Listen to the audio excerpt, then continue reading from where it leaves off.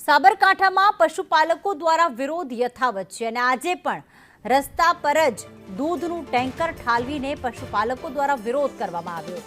વડાલીના ગ્રામ્ય પંથકમાં દૂધની રેલમછેલ થતી હોય તેવું જોવા મળ્યું। અનેક સ્થળે દૂધની નદીઓ પણ વહેતી થઈ હતી, કારણ કે જે દૂધ ભરેલું ટેન્કર હતું તેનો વાલ્વ જ ખોલી નાખવામાં આવ્યો હતો અને દૂધ રસ્તા ઉપર ઢોળીને અને પશુપાલકો દ્વારા વિરોધ કરવામાં આવી રહ્યો છે। આ દ્રશ્યો આપ જોઈ રહ્યા છો સાબરકાંઠાના। 2 દિવસ પહેલા આપણે જણાવી દઈએ તો સાબર ડેરીની બહાર હજારોની સંખ્યામાં પશુપાલકો એકઠા થયા હતા અને ભાવફેર આપવાની માંગ કરી હતી।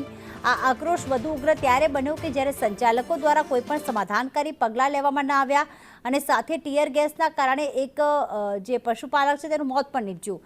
હિતેશ અમારી સાથે જોડાઈ ગયા છે। હિતેશ, આ આક્રોશ વધુને વધુ ઉગ્ર બની રહ્યો છે। હવે પશુપાલકો ડેરીમાં દૂધ ભરાવા નથી જતા, રસ્તા ઉપર દૂધ ઢોળીને અને વિરોધ કરી રહ્યા છે। કયા કયા વિસ્તારમાં આ પરિસ્થિતિ જોવા મળી રહી છે?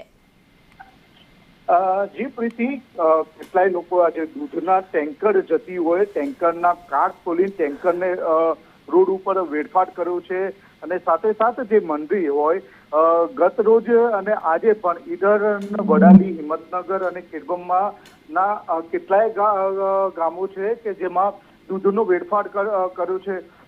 સૌથી જે 1 લાખ લીટર કરતા વધુ ગઈકાલે વેડફાટ થયો હતો અને આજે પણ વધુ દૂધનો વેડફાટ થયો છે। જોકે ખેડૂતોની કેટલી આજે પશુપાલકોની માંગ છે, માંગ હજી પૂર્ણ થઈ નથી। હવે ગામે ગામે બેઠકો ચાલુ થઈ છે। રોડ ઉપર જે દૂધની નદીઓ વહી છે, લાખો રૂપિયાનું દૂધ પાણીની જેમ રેલમછેલ થવા માંડી છે। જોકે સાબર ડેરીની અથડામણ સ્થિતિ વણતી હતી અને આજના જે દૂધના વેડફાટ લઈને સાબર ડેરીમાં આવકમાં પણ ઘટાડો થયો છે અને હાલમાં વિરોધ પ્રદર્શન શરૂ છે। જી પ્રીતિ, આભાર હિતેશ તમામ વિગતો માટે।